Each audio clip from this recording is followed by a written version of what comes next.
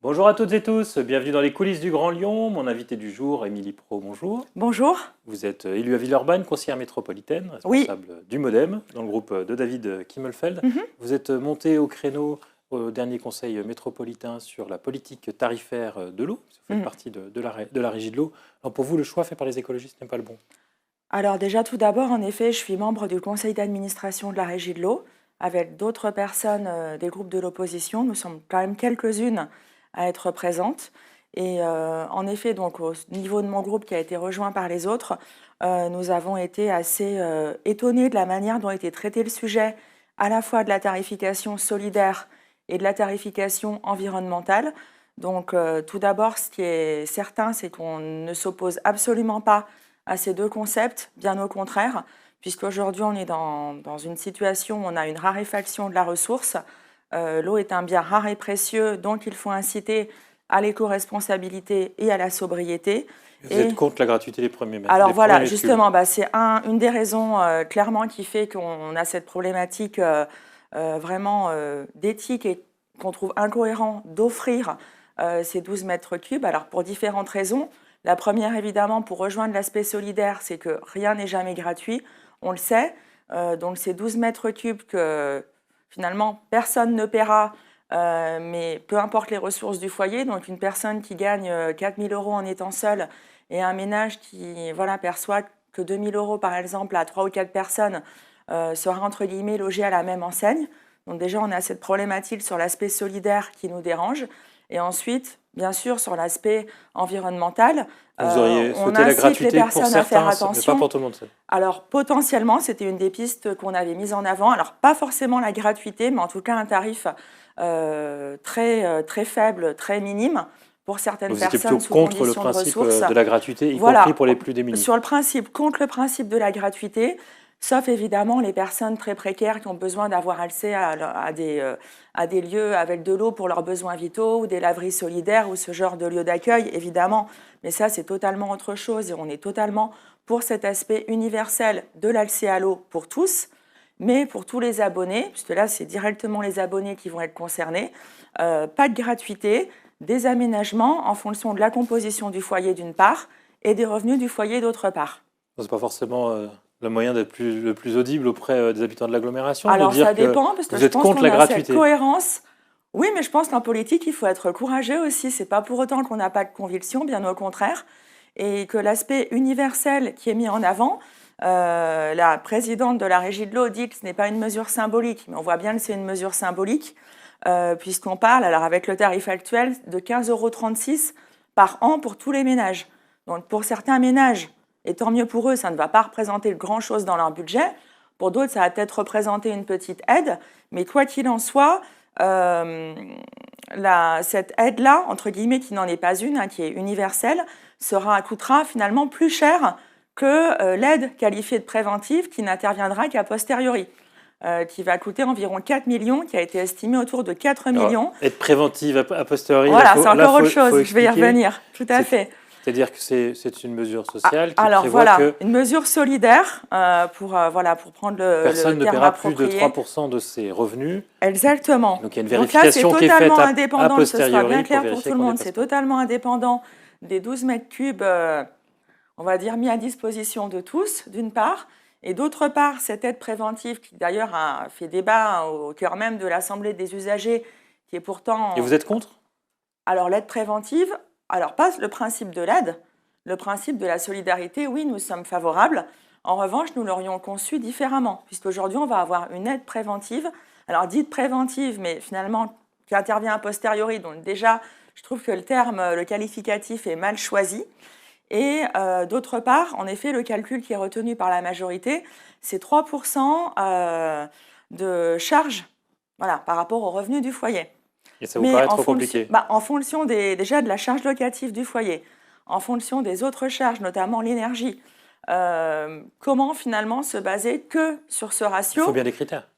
Certes, mais dans ce cas-là, qu'on prenne l'avis d'imposition des personnes ou leur attestation CAF. On a déjà les services sociaux de la métropole qui font un énorme travail, notamment dans le cadre du FSL. Ça veut dire qu'il faudrait demander aux gens de faire la démarche, d'envoyer leur feuille d'impôt pour avoir une réduction. Tout à fait, mais c'est ce qu'on leur demande pour la tarification solidaire des TCL, avec un justificatif à transmettre, avis de non-imposition, Parce justificatif que vous proposez quand RSA. même était une démarche plus compliquée pour les habitants de Non, pas l'agglomération. compliqué, peut-être plus juste et plus équitable pour eux, et certainement aussi plus efficace. Il y a un sujet sur lequel vous n'êtes pas Et qui revenu, permettrait c'est certainement dans... d'avoir un Alors, accompagnement de merci ces de me laisser ménages. poser mes Pardon, questions. désolée, je voulais Un sujet terminer sur mon lequel idée. vous êtes pas... je vous laisserai développer, mais Oui. juste que je vous donne la question. Mhm. En matière de tarification, ce qui était prévu, c'est un doublement du tarif de l'eau pour les gros consommateurs. Là-dessus, vous Oui. n'êtes pas exprimé. Vous trouvez que c'est une bonne mesure ou vous vous opposez au fait qu'on fasse payer plus cher Oui, l'alimentation des alors piscines? justement, comme nous soutenons des mesures en faveur de l'éco-responsabilité et l'incitation à la sobriété va avec, nous sommes favorables au fait évidemment qu'il y ait des tranches progressives et qu'au-dessus d'un certain niveau de consommation, les personnes payent plus cher. Tout simplement parce qu'elles vont peut-être, j'avais donné quelques exemples, laver leur voiture, voilà, arroser leur jardin. Tout ça, c'est un choix qu'elles font, mais là, en effet, on sort de la consommation, j'allais dire classique d'un foyer, et dans ce cas-là, qu'elles payent plus cher ne nous dérange pas. En revanche, il faut voilà, que ce soit de manière progressive et de manière, j'allais dire, rationnelle, puisqu'aujourd'hui, on a cette tranche entre 12 et 180 mètres cubes qui est la même, peu importe la composition des foyers et leurs revenus. Nous, ce qu'on aurait souhaité, on avait fait des estimations, on avait déposé un amendement en ce sens, c'était mettre une tranche intermédiaire à 120 mètres cubes qui correspond à la consommation moyenne d'un foyer. Et ensuite, en effet, faire une tranche intermédiaire entre 120 et 180, un petit peu plus incitative. Et en effet, après, au-dessus de 180, on restait finalement sur le même tarif. Et ça, on n'avait pas forcément d'objection par rapport à ça, sauf à mettre en place des dérogations, et j'y reviens, sur justificatif en fonction des compositions des ménages. Quelque chose qui soit peut-être plus juste, mais beaucoup plus plus personnalisé. complexe.